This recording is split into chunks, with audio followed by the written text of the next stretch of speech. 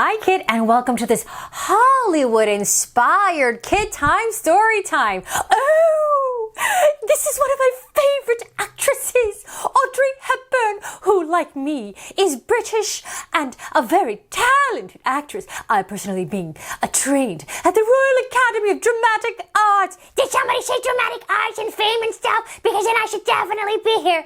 Oh, Green Bear! Hey, Olivia the Ostrich. Thanks for my acting lessons the other day. I feel like I too, like Audrey Hepburn, will one day go on to become an EGOT. Oh, you know what an EGOT is? Yes. Do you know what it is, kid? You don't? Okay, I'll tell you.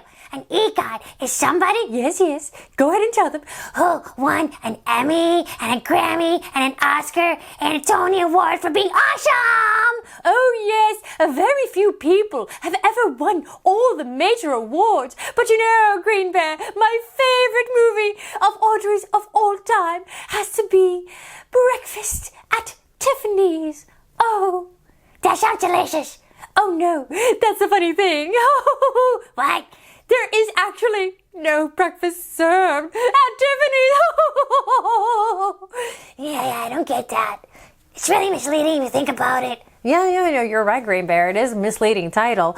Now we begin with the story of Audrey Hepburn, a woman of the world who was British and she lived in America during the Hollywood Golden Age, and she was just really a world citizen, and you will see why. She was a woman of great impact who started as just a little person, but with big dreams, and it was a long journey to those dreams. You'll see why. Little Audrey, there she is, hey Audrey, lived in a town called Arnhem in the Netherlands. She dreamed of what she would become when she grew up. Would she become a la ballerina? Or maybe an actress like a certain ostrich we all know and love? Well, one day on her way to ballet class, Audrey saw soldiers on the streets. War had broken out. What war, you're wondering? A big one, World War II. She watched many families being sent away from their homes, including other little kids, just like her. Look at that, being sent away. And she's little and she's seeing this, and you know, life is never going to be the same. It became a very hard time for Audrey and all the other children. There was very little food at this time, and they were often hungry. And Audrey became very ill.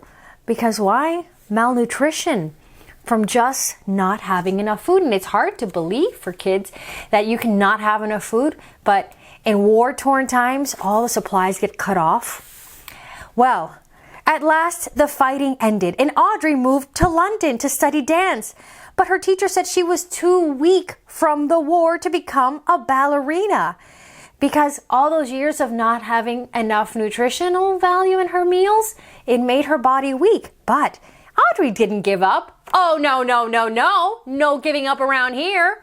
She decided to act and dance in musicals instead. Why? Because, well, ballet dancing is actually even more vigorous than musical dancing, but her body, while too weak for ballet, could do this. So she found a way.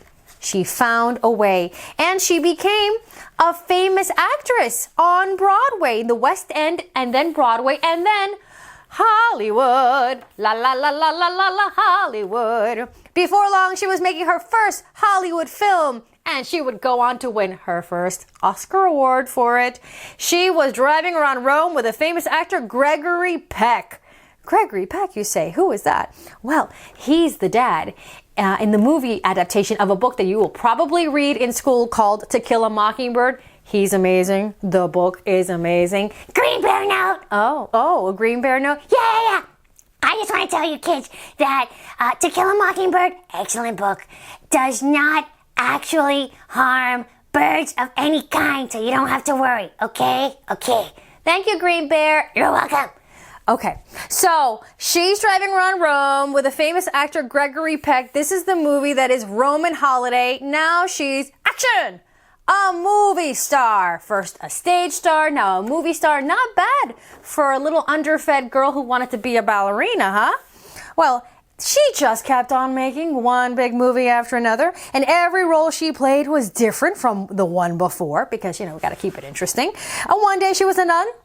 The next day she was a princess.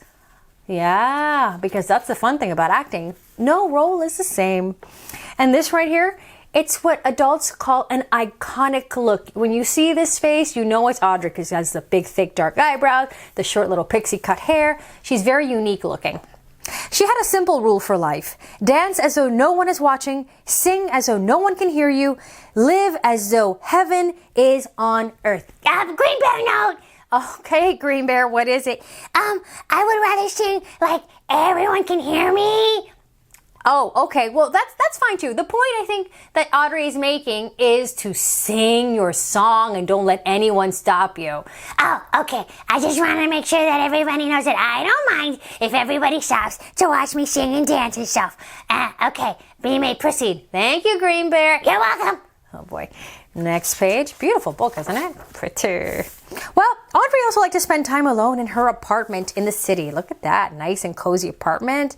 She got some plants here on her fire escape and the cute little kitchen in here. And I like the little yellow head wrap she's wearing.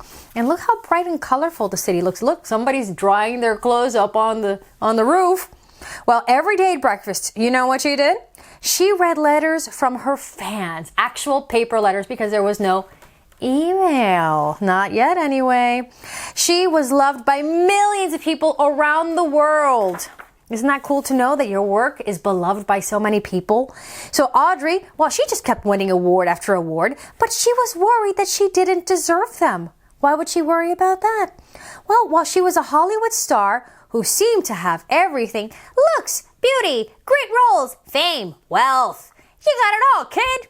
Well, while she seemed to have everything, she never forgot that there were children in the world who were hungry, just like she had been once upon a time. Because you don't forget where you came from, or you shouldn't, right?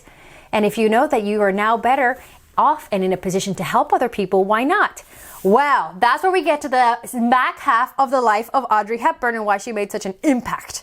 One day, a charity offered Audrey a new role. They asked her to become their official ambassador and visit children all over the world. So Audrey traveled to India, and she traveled to Africa, and just all over the place. And wherever she went, Audrey tried to make every child happy. She raised money to provide children with water and food and medicine so that they could do all the things that kids can do when they're properly fed and taken care of. They can dance and they can play and they can kick a ball and they can have fun, right? So they don't have to worry about their everyday survival.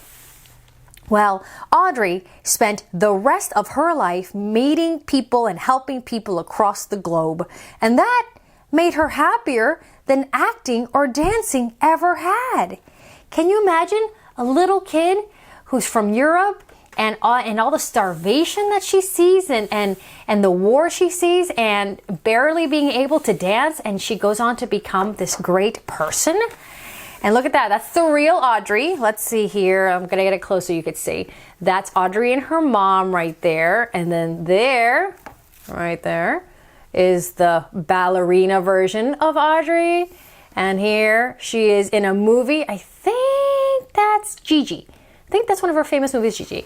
And there she is in her later years when she is an ambassador for UNICEF. She was the Goodwill Ambassador and she won the Presidential Medal of Freedom. And she just is proof that no matter how little you are or how big the obstacle that you face in your life, you can make not only your dreams come true, but the dreams of children and other people everywhere. And also win awards along the way. Oh, yes, yes. There's so much you can accomplish with a good, open heart. But you know what, Green Bear? What, Olivia the Ostrich? You don't need to be famous to help mankind. No? Or womankind either? Oh, no. You can become someone who helps others. Da, da, da, da, da, da, da, da.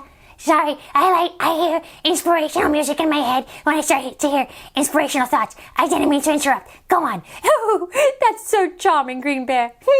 I know. You were saying, oh, yes, yes. You can become a helpful person no matter your career path. For example, you could be like a plumber, Oh, yes, and help people, of course. Why not? Or a teacher? Oh, yes, you help children every day. Or what about like a doctor? Oh, yes, of course. You help people fix and heal them and make them well again. And like president like I'm gonna be? Oh, yes, you're in the position to help people all over the globe. But no matter how big or small you are, you can be a little person who makes a big impact. Wow. I feel really inspired right now, and I'm gonna go write my award speech. I think he was inspired to win awards. I think you're right, but that's our Green Bear for you, isn't he? Oh, yes, yes, he is my favorite drama student. Oh, I hope that you all loved Audrey Hepburn as much as I do. Oh, breakfast at Tiffany's. Oh, no breakfast actually at the Tiffany's. It's so funny. Yes, that is a quite misleading title, I have to say. Well, kid, hope you enjoyed. And remember, even if you go Hollywood, you could keep it real and keep on helping people wherever they are and wherever you are in life. See you next time on Kid Time. Ooh, may I? Of course. Story time.